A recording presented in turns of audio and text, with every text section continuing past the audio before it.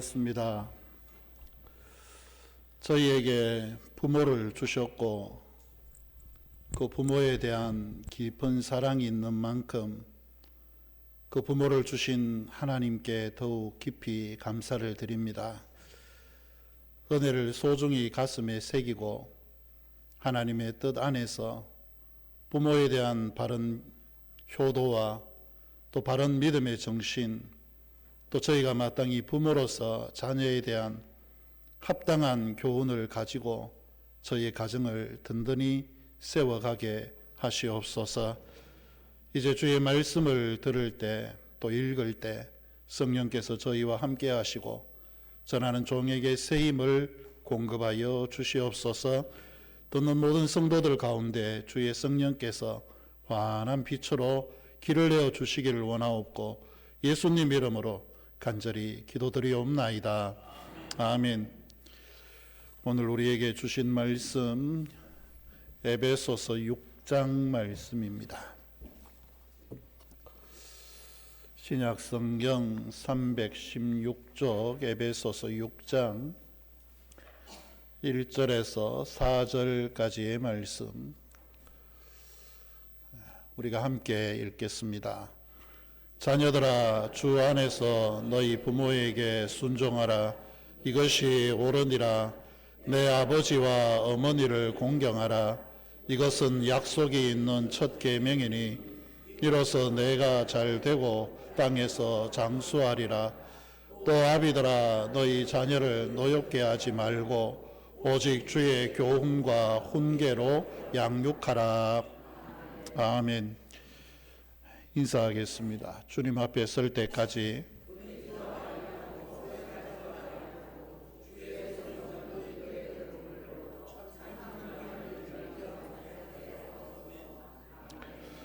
우리의 유일한 구원자는 예수 그리스도이심을 믿으십니까?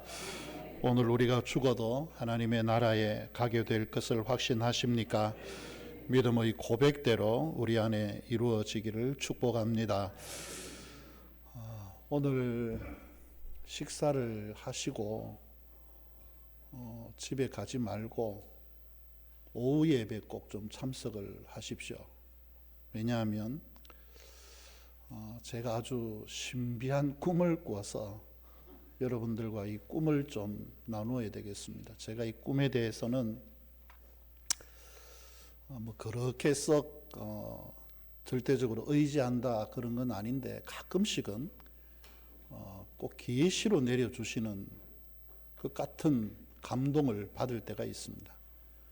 아주 중요한 일들 앞에서는 번번이 그렇게 꿈으로 계시하셨고, 어쩌면 우리가 오늘 오후에는 한 번쯤 여러분들이 이 신앙의 점검을 뭔가 해야 되는 그 상황을 목사에게 꿈으로 계시하신 것이 아닌가 그런 생각이 듭니다. 제가 꿈 이야기를 여러분께 잘 안 하는데 오늘은 오후에 그 말씀을 좀 전해야 되겠습니다. 보통 제가 중간에 말씀을 계획된 말씀이 2개월에서 3개월 정도 미리 본문이 정해집니다.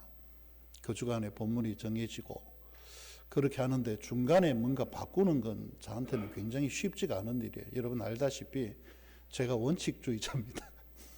그래서 어지간하면 그냥 밀고 나가는 쪽인데 특별히 이 설교에 대해서는 누구보다도 자존감이 있고 또 중심이 있는 사람이어서 안 바꾸는 사람이어서, 그런데 이번에는 주일날 오후 설교를 조금 바꿨습니다. 여러분들이 오후에 식사하시고 평안히 계시다가 우리 신앙을 한번 목사의 꿈이 어떤 것이었나 한번 들어보시고 신앙을 한번 점검해 보는 것이 좋을 듯합니다. 오후에 집에 가셔봐야 별일 있겠습니까? 누워 자든지 텔레비 보든지 친구들 만나서 놀러 가든지 그 중에 하나겠죠. 오늘 불편하겠지만 잠시 남으셔서 식사하시고 전 갈 데 없으면 목양실로 들어와서 그냥 누워 주무셔도 괜찮습니다. 뒤에 누워 주무셔도 되고, 또 때마침 오늘 오후에는 우리 이여전도에서 찬양을 준비를 해서 찬양 인도를 한다 그러니까 더 은혜로운 시간이 되어지리라 그렇게 생각이 됩니다. 오늘 아침에 들어오시면서 제 윗도리에 윗저고리에 여러분 꽃이 달린 거 보셨습니까? 카네이션 배지로 나왔더라고요. 보영이가 지난 5월 8일 날 저녁에 꼭 주운 듯이 들고 와서 줬습니다. 그래서 한번 달아봤습니다. 준영이한테는 꽃이 없냐 그렇게 이야기를 하니까 몇 해 전에 어버이 감사패를 갖다가 군대에 있을 때 아주 비싼 돈을 들여서 만들어 줬으니까 그거 최소한 4, 5년은 간다. 뭐 이렇게 이야기를 해서 참 그것도 아니구나 그런 생각을 합니다. 예전만큼 확실한 거는 예전만큼 이 꽃을 다는 게 보이질 않아요. 5월 8일 날 이렇게 봐도 꽃 달고 다니는 사람은 없더라고요. 그래서 이 왜 그럴까 분석을 제 나름대로 해봤더니만은 원인이 하나로 딱 결론이 났습니다. 대부분 꽃을 물건 눈에 보이는 꽃으로 주는 게 아니고 계좌번호로 꽃을 보내는구나 뭐 그런 생각을 했습니다. 부모들의 그 계좌번호로 자녀들이 꽃값을 갖다가 뭐 적어도 30만 원 정도씩은 안 보내겠느냐 그렇게 생각을 하는데 아무 말도 안 하는 거 보니까 전부 여러분 못 받은 게 눈에 탁 티가 납니다. 여러분 좀 받으셨어요? 한번 물어볼까요? 50만 원 너무 적습니까? 100만 원 우리를 뭘로 보고 1000만 원 10만 원 아니 그것도 못 받다. 한 사람이 있네. 그것도 나머지는 그것도 못 받단 말입니까? 20만 원, 30만 원. 야, 저는 보영이가 준 꽃이 다였습니다. 계좌를 아무리 통장 정리를 해봐도 더 이상 들어온 건 없었습니다.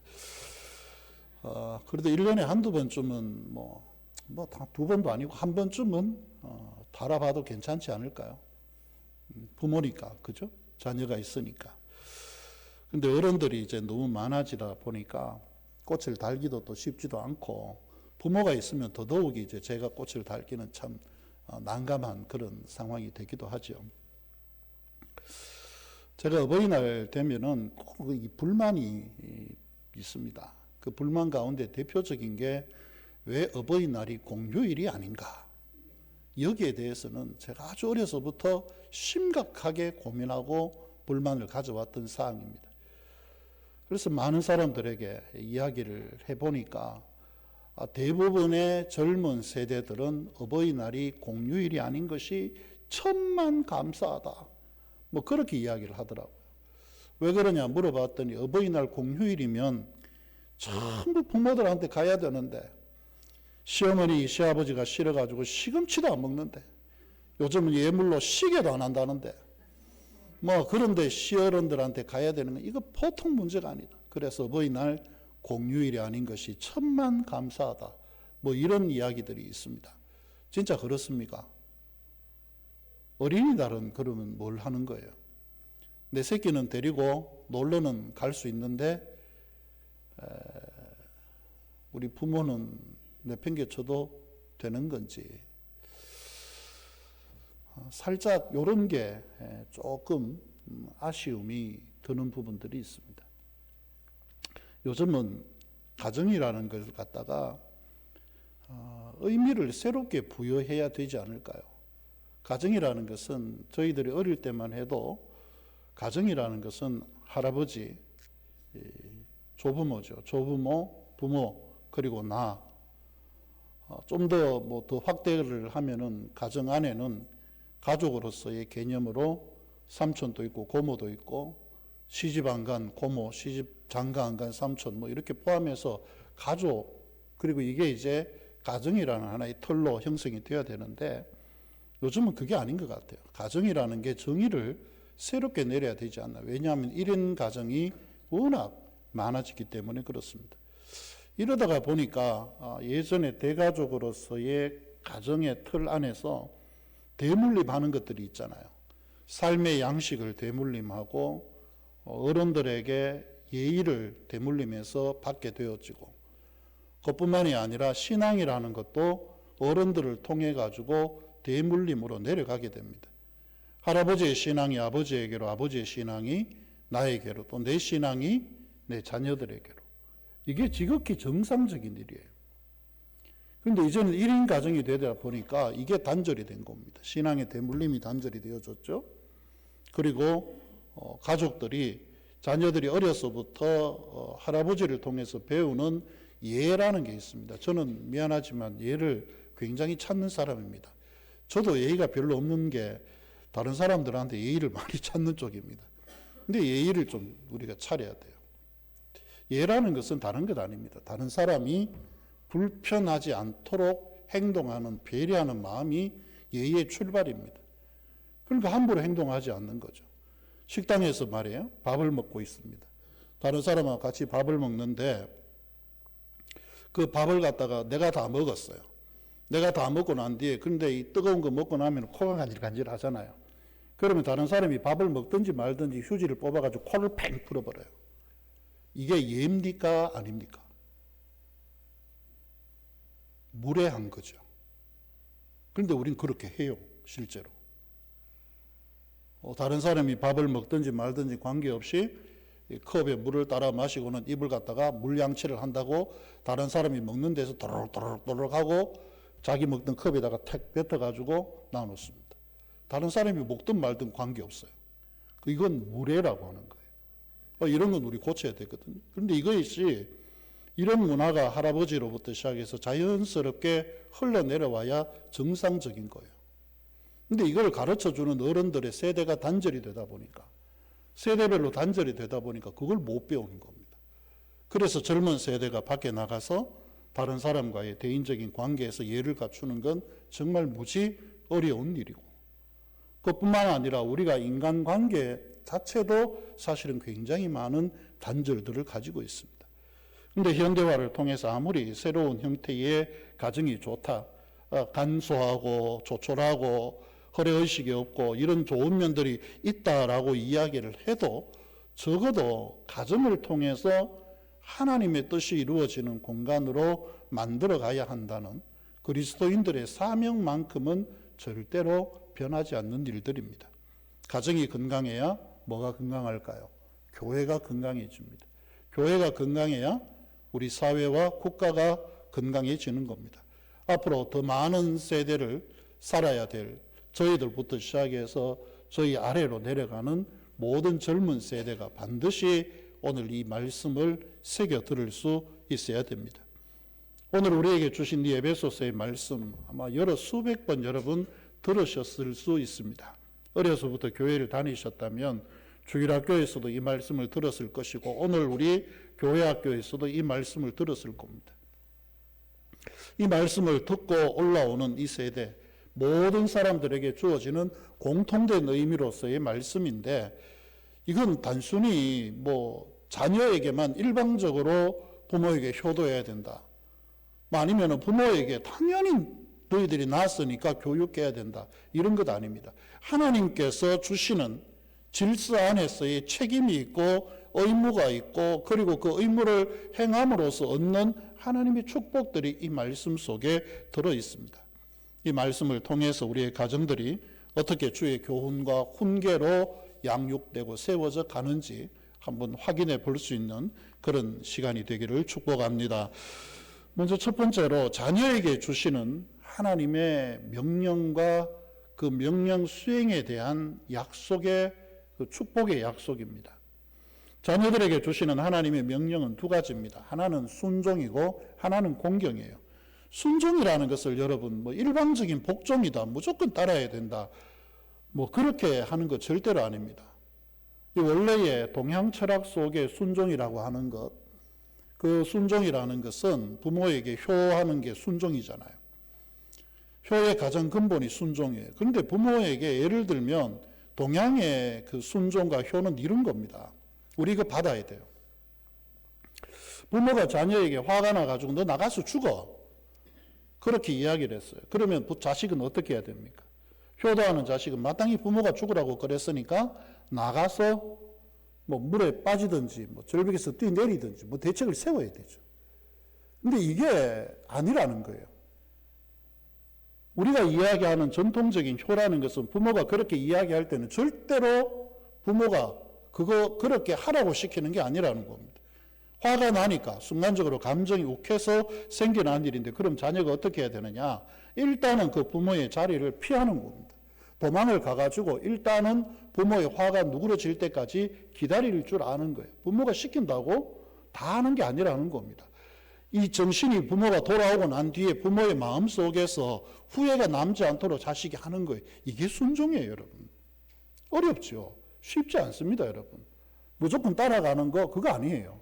부모의 마음속에 이 결정으로 인해 가지고 부모가 하신 말씀에 대해서 내가 그대로 한다고 해서 순종한다고 해서 순종을 해버렸을 때 그 후에 일어나는 일들이 부모의 가슴 속에 더 많은 후회를 남긴다면 그건 불순종이에요.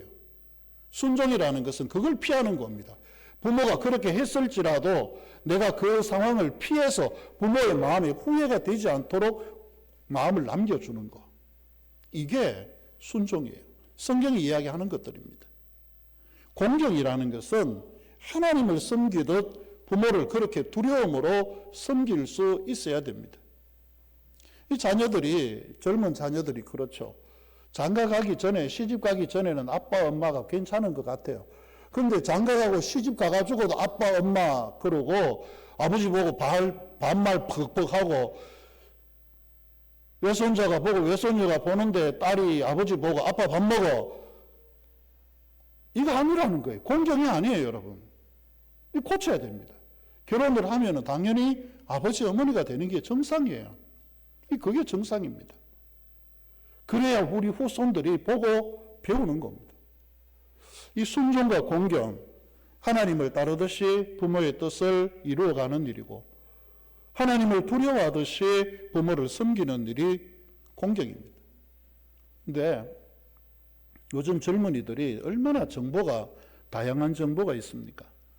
정보와 기술이 그냥 뭐 집약된 모습들이 얼마나 나옵니까? 오늘 아침에도 우리 장로님 중에 한 분이 그렇게 이야기를 하시더라고요. 교회 엘리베이터 옆에 걸린 사진을 보시면서 앞으로 이제 이렇게 LED로 해가지고 사진을 만들어서 이렇게 누르면 저 사람이 김백준 목사 쭈루루루 이 사람 찍으면 어느 장로 밑에 구역이 무슨 구역 이게 다 나오도록 이렇게 지금 여러분 그런 기술이 현실이 되고 있거든요. 오늘 오후에 제가 사진을 하나 보여드리겠습니다. 김백준 목사의 50세의 나이와 70세 은퇴되었을 때의 나이 그리고 85살 우리 아버지가 돌아가실 때의 그 연세 그 나이 때 제 모습을 여러분 보여드리겠습니다. 그런데 누가 이야기하지 않았어요. 보여주지 않았어요. 우리 아버지 모습 컴퓨터가 몰라요. 그런데 제 모습이 85세가 되었을 때 아버지 모습하고 거의 흡사해요.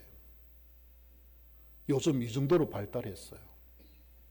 이런 세대 속에 살다가 보니까 젊은 세대는 당연히 그런 정보 속에 살다 보니까 거기 따라오지 못하는 부모가 조금 못나 보여요. 부모를 약간 무시하는 경향이 없지 않아 있습니다. 그뿐만이 아니에요. 요즘 세상이 개인의 자유를 너무 많이 주장을 합니다. 너무 개인에게 독립적인 생활을 많이 요구를 해요. 그러다가 보니까 뭔가 부모가 자녀에게 야단을 치는 것도 굉장히 어려워요. 뭐 미국 같은 경우에는 부모가 어느 정도 몇 살만 돼도 더 이상 부모가 뭐 이렇게 자기의 성 정체 성이나 이런 걸 갖다가 자식들에게 이야기하면 안 된대요. 너는 뭐 아들이다 딸이다 이렇게 이야기하면 안 된다는 겁니다. 이 정도로 애들이 이제 그런 시대 속에 살아가요. 그러다 보니까 자연히 어려서부터 누군가에게 쓴소리를 듣는다는 것은 굉장히 어색합니다. 여러분 그렇지 않습니까? 누가 야단치면 그거 듣기 좋은 사람 누가 있습니까? 그런데 야단을 갖다 저희들은 어릴 때부터 이미 야단도 많이 맞고 두들겨 맞기도 많이 맞고 제가 중고등학교 시절 생각을 해보면 이 촌놈들이라서 그런지 웬 선배들이나 선생님들이 그렇게 두들겨 팼습니까? 이거 뭐 조직 폭력배도 아니고 아침에 학교에 가서 저녁에 뭐 11시 내가 집에 올 때까지 한 두들겨 맞으면 일이 안 될 정도로 그렇게 했어요. 선생님들도 왜 그렇게 못되게 했습니까? 근데 그랬다고 다 엇나갔을까요? 그러지 않죠. 오히려 그것 때문에 우리가 더 바로 섰을 수도 있어요.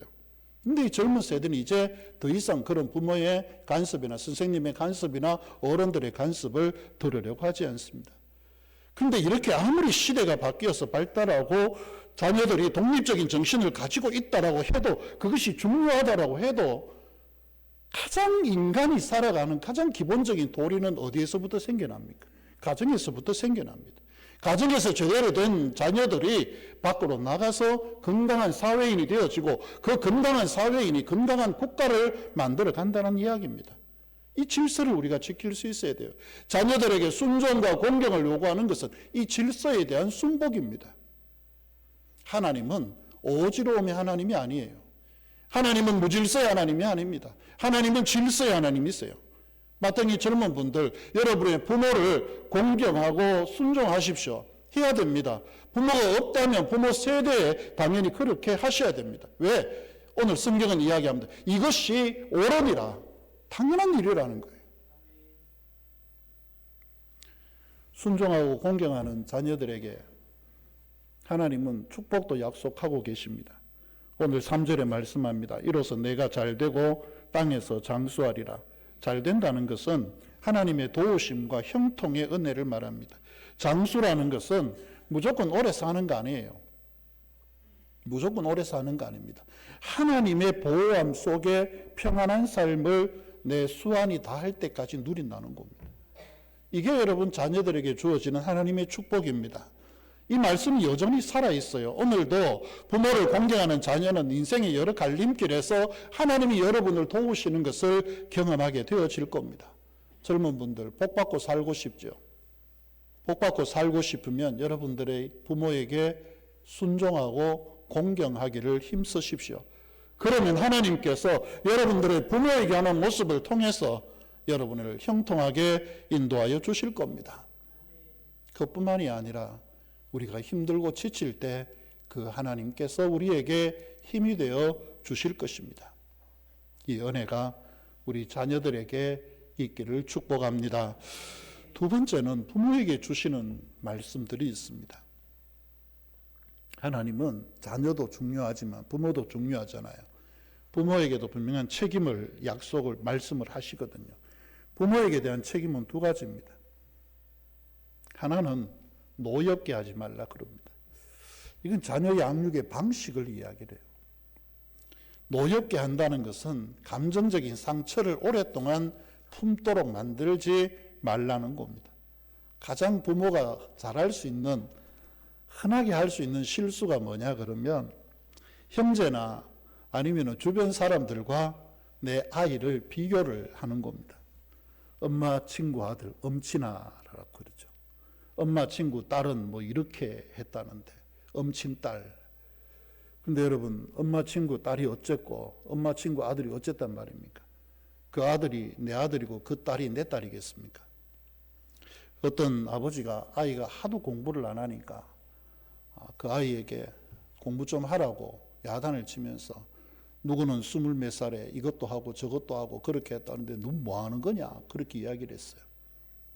그러자 아들이 물끄러미 듣고 있다가 아버지에게 한 이야기 합니다. 아버지, 미국의 오바마는 40대에 대통령이 됐다는데 아버지는 뭐 하십니까?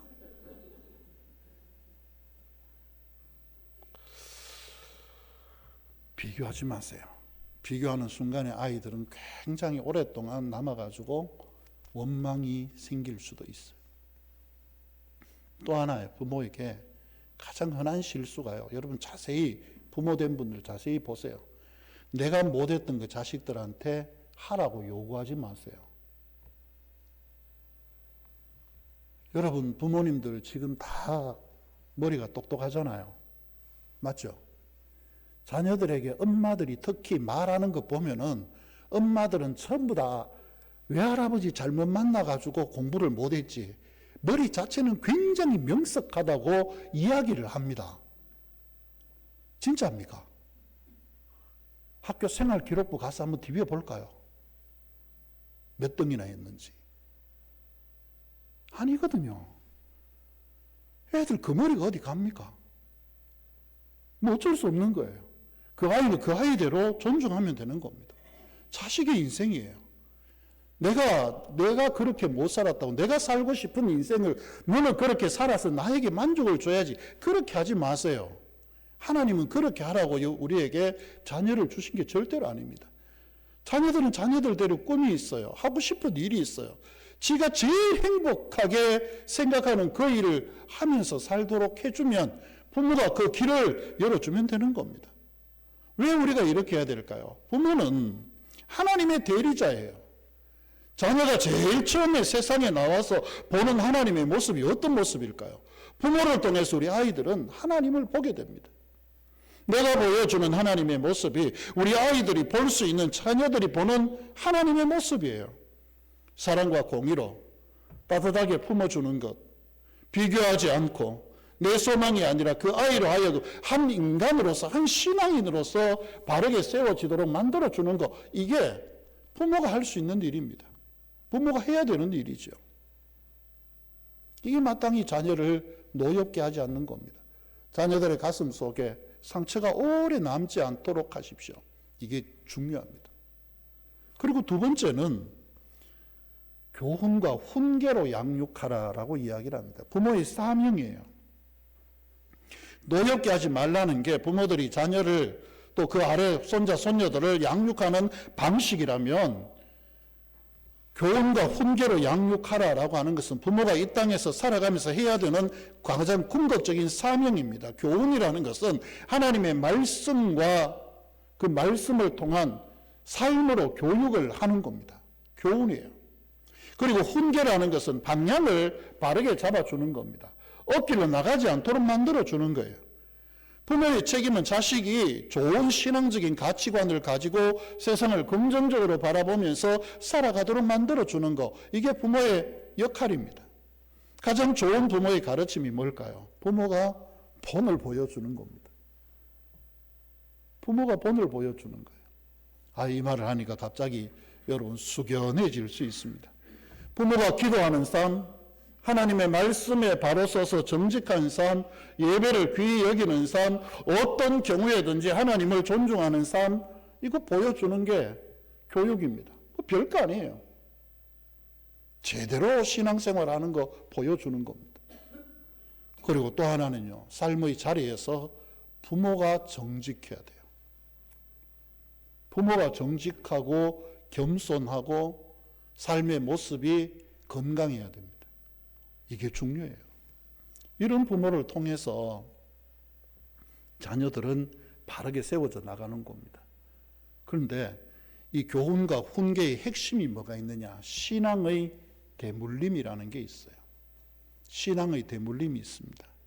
부모는 자녀들에게 어떤 것을 남겨주는 것보다, 어떤 교훈과 훈계보다도 이 신앙의 유산을 남겨줄 수 있어야 됩니다. 물론 자식들이 부모 마음대로 안 큽니다. 부모야 아무리 좋은 걸로 그렇게 해주고 싶어도 이 자식들이 한 번씩 엇길로 나가기 시작하면은요, 이게 감당이나 되겠습니까? 그런데 중요한 건 어려서부터 신앙을 심어주었던 부모는 자녀들이 엇길로 나갈지라도 언젠가는 그 자녀들이 다시 R2B, 리턴 투 베이스, 그 자리로 돌아오게 된다는 거죠. 아브라함의 신앙이 누구에게로 내려갑니까? 이삭에게로 내려갑니다.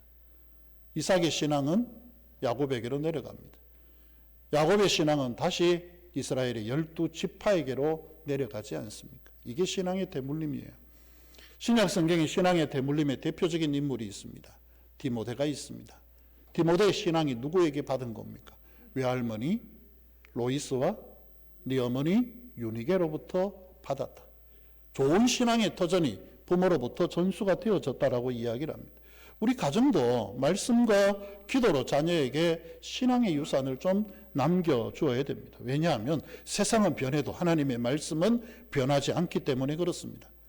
우리 부모들이 보면은요, 자식들에게 뭔가 주고 싶어서 병이 나는 분들이 굉장히 많아요, 여러분. 아파도 병원도 안 가요. 먹고 싶은 것 안 먹어요. 그러고 난 뒤에 뭘 하려고 합니까? 그거를 남겨가지고 통장에 넣어놨다가 자식들에게 주려고 합니다. 그런데 여러분, 많은 유산이 자녀를 훨씬 더 복되게 하지는 않습니다. 오히려 부모로부터 물려받은 신앙과 좋은 가치관이 우리의 자녀들을 훨씬 더 복스럽게 살아갈 수 있도록 만들어줍니다. 왜냐하면 하나님께서 그 자녀의 인생에 개입하시고 간섭하시기 때문에 그렇습니다. 하나님 앞에 바로 서는 자녀로 만들어가면 돼요. 이제 나는 늦었다. 안 늦었습니다. 여러분의 자녀가 50이든 60이든 그건 관계없어요. 지금부터라도 다시 시작을 하면 됩니다. 많은 유산이 아니라 하나님을 향한 신앙을 물려주는 것이 인생 전체를 물려주는 것이고 가장 큰 축복을 그들에게 남겨주는 유산이 되어집니다. 이것들이 부모가 자녀들에게 해줄 수 있는 가장 큰 교훈과 훈계가 되어지겠죠. 오늘날 우리 가정들이 위기를 맞고 있다. 많은 사람들이 이야기를 하고 위기이기 때문에 맞는 진단도 여러 가지를 이야기를 합니다. 그런데 뭐니 해도 오늘 이 말씀은 다시 우리의 중심에 세워져야 됩니다. 자녀는 주 안에서 부모에게 순종하고 부모를 공경하십시오. 이것이 옳고 또 이것이 하나님께서 약속하신 첫 계명입니다. 여러분들이 땅에서 잘되고 장수하려면, 형통하고 하나님의 보호하심을 오랫동안 받으려면 순종하고 공경하십시오. 반드시 그렇게 되어질 것입니다. 부모는 주의 교훈과 훈계로 끝까지 포기하지 않고 자녀를 양육할 수 있어야 됩니다. 바로 거기에서 우리의 가정은 다시 일어설 수 있기 때문에 그렇습니다. 한 시골 마을에 3대가 모여 사는 집이 있었습니다. 작은 집 한 채와 넓은 마당이 있었고 그 마당 한켠에는 감나무가 하나 있었습니다. 근데 오래된 그 감나무에 할아버지의 아버지가 심었는지 그 윗대가 심었는지 알 수는 없지만 그 감나무가 큰 게 하나 있었습니다. 근데 할아버지, 할머니, 아버지, 어머니 그리고 손주들이 셋, 합이 7이 살아가는 그 가정, 그 감나무 밑이 참 평안한 곳이 된 거예요. 아이들이 그곳에서 뛰놀거나 또 가을이 되면 감을 따먹기도 하고, 일하는 아버지는 밖에 나가서 일하다가 들어와서 식사하고 잠시 누워서 여름에 휴식을 취하는 공간이 되기도 하고, 때에 따라서는 할아버지가 손자들을 불러가지고 거기에서 성경도 가르치고 옛날 이야기도 해주고, 그러니까 이 손자들 마음이 너무 따뜻한 공간이 된 거예요. 그런데 어느 날 이제 이 젊은 아들 내외와 손주들이 독립을 하게 됐습니다. 외지로 이사를 가게 되어졌죠. 이사 가는 날 물끄러미 감나무 밑에 막내 손자가 이렇게 이야기를 합니다. 할아버지, 이 감나무 저 주시면 안 돼요. 아이, 얘야 이걸 캐갈 수도 없고 어떻게 하나? 그런데 감나무가 왜 그렇게 탐이 나느냐? 그랬더니 이 아이가 여기에서 할아버지에게 들었던 말씀, 아버지가 여기에서 주무시던 모습들, 저에게는 이 모든 게 너무 행복해서 저는 이 감나무를 가지고 가고 싶어요. 그때 할아버지가 이렇게 이야기를 합니다. 감나무 그늘은 나무가 아니라 우리 가족이 모인 모임이었고, 여기에서 서로 나누던 사랑과 믿음 안에 있는 것이지, 감나무는 늘 여기에 있고 너희들이 가는 곳에 그 마음을 가지고 가면 영원히 너희들은 할아버지의 나무 그늘 아래 살게 되어질 거다. 할아버지가 이렇게 이야기를 하고 보냈습니다. 가정이라는 것은 넓은 집도 중요하고 좋은 환경도 중요하고 많은 재산을 남겨주는 것, 우리가 굉장히 중요하게 생각하는 부분들이죠. 그러나 이것들보다 주의 교훈과 훈계로 세워져야 됩니다. 자녀는 부모에게 효도할 수 있는 순종과 공경으로 효도하고, 부모는 자녀들에게 하나님의 말씀과 기도로 훈계하고 교훈하고 가르쳐 다음 세대를 이어갈 수 있는 것. 이 안에서 자녀들은 기쁨을 얻을 것이고 부모는 행복함을 누릴 것이고 하나님은 우리를 통해 영광을 받으실 것입니다. 우리 교회 성도들의 가정들마다 주의 교훈과 훈계로 세워져서 예비하신 하늘의 모든 은혜로 풍성히 누리는 우리의 삶이기를 축복합니다. 기도하겠습니다. 하나님, 저희의 삶이 예전과는 다르지만 그럼에도 하나님의 말씀과 하나님이 주신 영적인 진리로 질서를 삼아 주의 교훈과 훈계로 양육하고 순종과 공경으로 효도하며 가정에서부터 이루어진 아름다운 믿음의 모습들이 교회와 사회를 건강하게 세워가는데 일조할 수 있도록 저희를 그리 선하게 사용하여 주시옵소서. 저희의 가정들마다 주의 은혜 안에 든든히 세워져서 번성을 이루어가게 하시고 복받는 자녀들로 매 순간 힘있게 살게 하여 주시옵소서. 예수님 이름으로 간절히 기도드리옵나이다. 아멘.